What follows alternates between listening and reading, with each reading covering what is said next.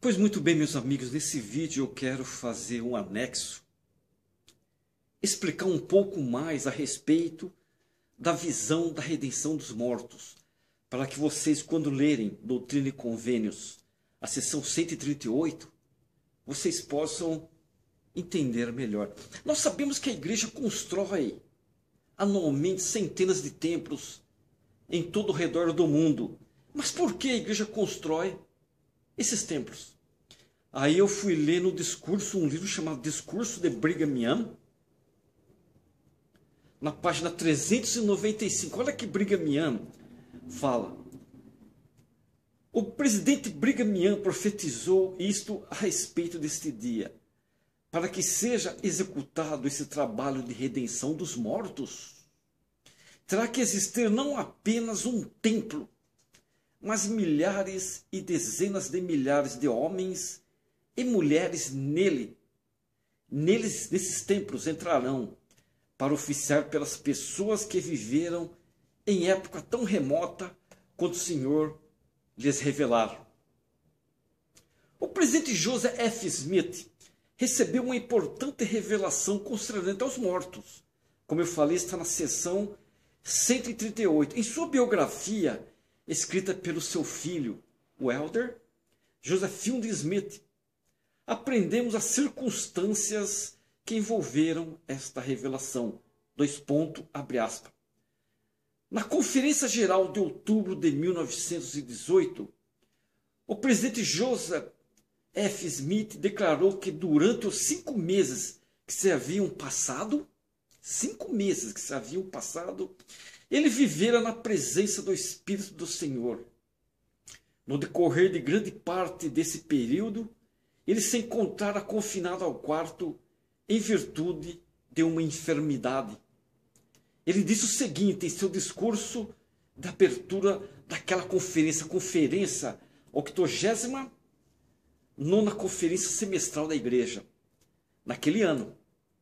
Está no livro The Life of Joseph Smith, na página 466, página 466. Não tentarei, pois não ouso, discorrer sobre muitas coisas que se acham em minha mente nesta manhã, que é uma manhã de conferência. E adiarei para alguma ocasião futura, se o Senhor permitir, meu intento de dizer-vos essas coisas que tenho em mente e que guardo em meu coração. Não tenho vivido sozinho nesses últimos 5 meses. Vivi em espírito de oração, de súplica, de fé e determinação. E tive minhas comunicações com o Espírito do Senhor continuamente. E fico contente em dizer, meus amados irmãos e amadas irmãs, que para mim esta é uma feliz reunião nesta manhã, uma manhã de conferência, pois nela tenho o privilégio de associar-me à voz na abertura desta 89ª Conferência Semestral da Igreja. Olha o que ele diz. No dia 31 de outubro do ano de 1918, o presidente Smith submeteu a revelação. Qual a revelação? A visão da redenção dos mortos. Ele submeteu a revelação a seus conselheiros, ao quórum dos 12 apóstolos e ao patriarca da igreja. E eles unanimemente aceitaram essa revelação. Na Conferência Geral de abril de 1976, esta revelação foi aceita pelos santos como escritura canônica. E naquele mesmo ano passou a fazer parte da pérola de grande valor. No ano de 1978, a revelação foi retirada da pérola de grande valor e colocada em Doutrina e Convênios, que se tornou a seção 138. A igreja aqui na terra e a igreja lá no mundo espiritual, a organização espiritual no mundo dos espíritos, estão empenhadas, as duas estão empenhadas na mesma grande obra. A exaltação dos filhos do Pai Celestial. Vocês já viram falar do Elder Boyd K. Packer, que era, agora é falecido, mas foi presidente interino do Quórum dos 12 Apóstolos. ele fez uma analogia. A seguinte analogia, dada pelo Elder Boyd K. Packer, explica o esforço que realizamos em favor dos mortos. Abre aspas. Não sabemos, Elder Packer fala, não sabemos o resultado final de nossos esforços. Fomos ordenados a levar a mensagem do Evangelho aos vivos e providenciar que sejam feitas ordenanças em favor daqueles que faleceram. Não sabemos quantos deles serão redimidos no reino celestial, não sabemos.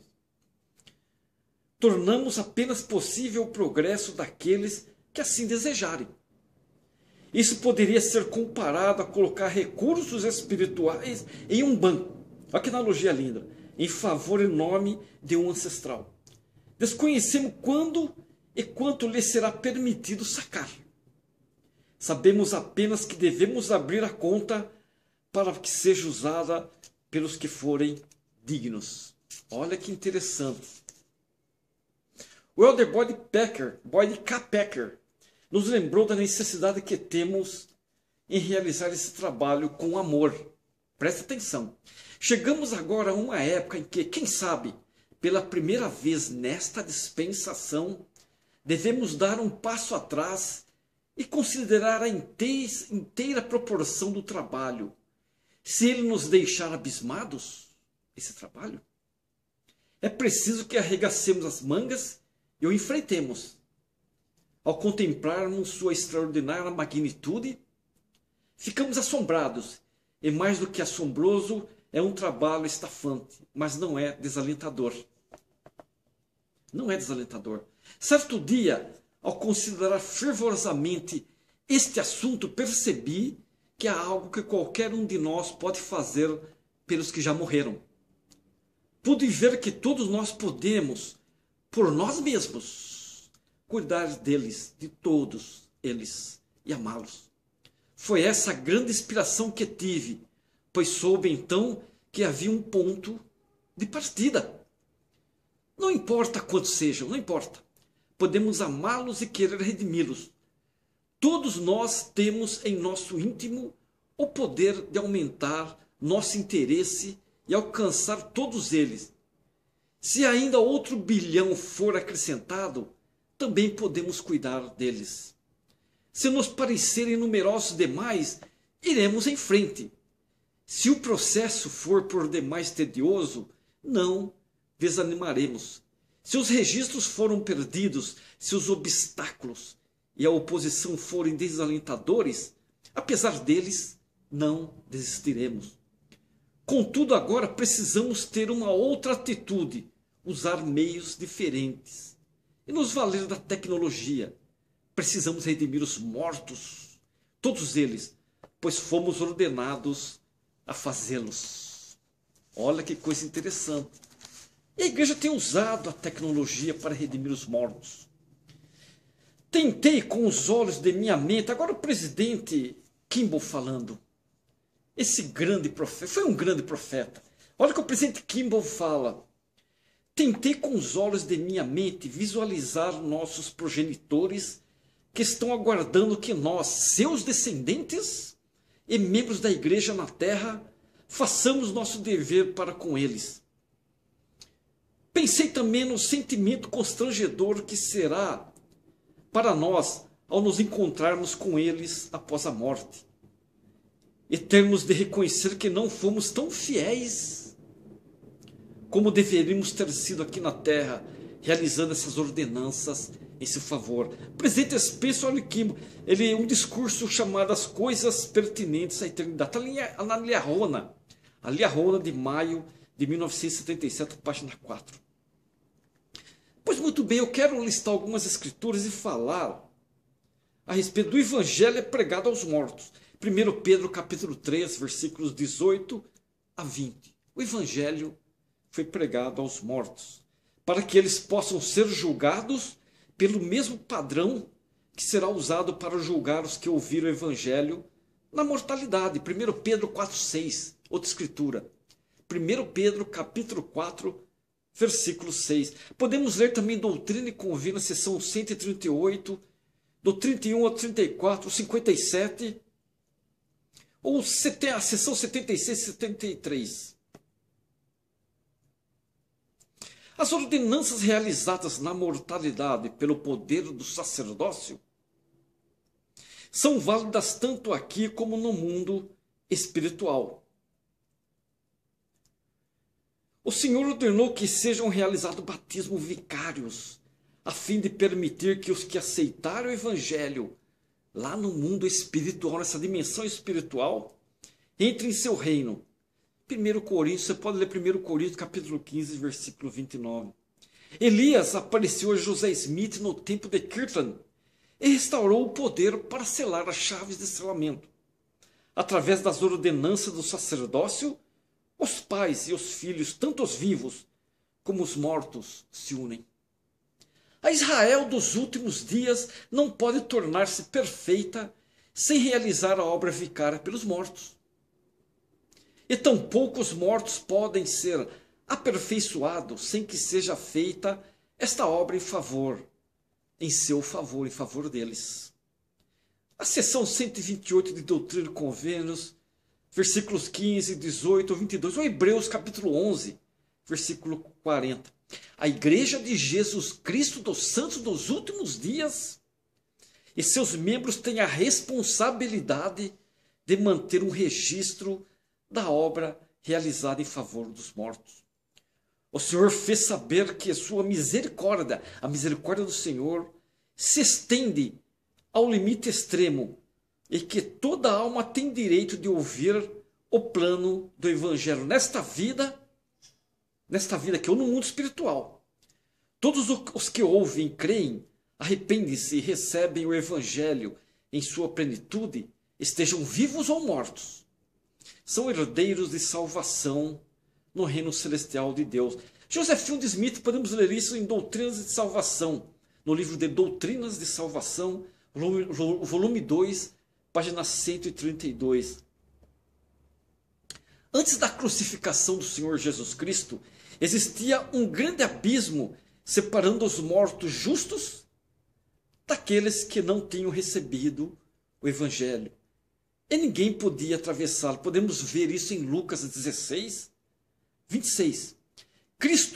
Jesus Cristo construiu uma ponte sobre tal abismo e possibilitou a ida da mensagem de salvação a todos os cantos do reino das trevas.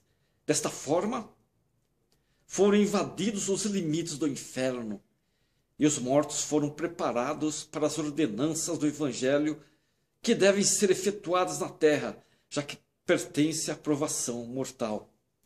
E assim então nós temos duas grandes igrejas. Uma nos céus e outra aqui na terra. Uma no mundo espiritual e uma aqui na terra. Elas estão seguindo em linhas paralelas. E o templo de Deus, em meu modo de entender, é Rudson Clayson que fala. Rudson Clayson. Ele fala, no meu modo de entender, o templo de Deus é o elo de ligação que liga os céus à terra, pois é por meio do templo que somos capazes de alcançar os nossos mortos. E de nenhuma outra forma. Orar por eles, nenhuma ajuda real lhes proporciona. Para que realmente consigamos ajudá-los, é necessário que realizemos toda uma obra por eles. Rutger Clayson, na conferência, ele falou uma conferência em abril de 1933, na página 77, 78. Fomos autorizados a realizar os batismos vicariamente, para que quando ouvir a pregação do Evangelho e quiser aceitá-lo, essa ordenança essencial haja sido cumprida. Sabemos pelas Escrituras que o Evangelho é pregado aos mortos, e esses são julgados segundo os homens na carne e vivem de acordo com Deus em espírito. Destarte, o batismo é necessário àqueles que durante a vida não tiveram a oportunidade de receber essa ordenança por imersão para a remissão dos pecados. Nossos membros precisam, o presidente Ezra Taft Benson, que foi um outro apóstolo, ele diz, nossos membros precisam ser ensinados que não é suficiente um marido e mulher serem selados no templo para garantir a sua exaltação. eles devem também estar eternamente ligados a seus progenitores e providenciar que o trabalho seja feito por seus ancestrais. Ponto, abre aspas. Eles, sem nós, disse o apóstolo Paulo, não podem ser aperfeiçoados. Nem podemos nós, sem os nossos mortos, ser aperfeiçoados. Os membros da igreja devem, portanto, entender que têm a responsabilidade individual de ver que sejam ligados os seus progenitores. Quem falou isso foi o presidente Ezra Taft Benson, o apóstolo, que depois foi um profeta. Ezra Taft Benson. E nós temos feito isso? Feito os batismos pelos mortos? 1 Coríntios, capítulo 15, versículo 29. Vamos entender mais a seção 138. Obrigado.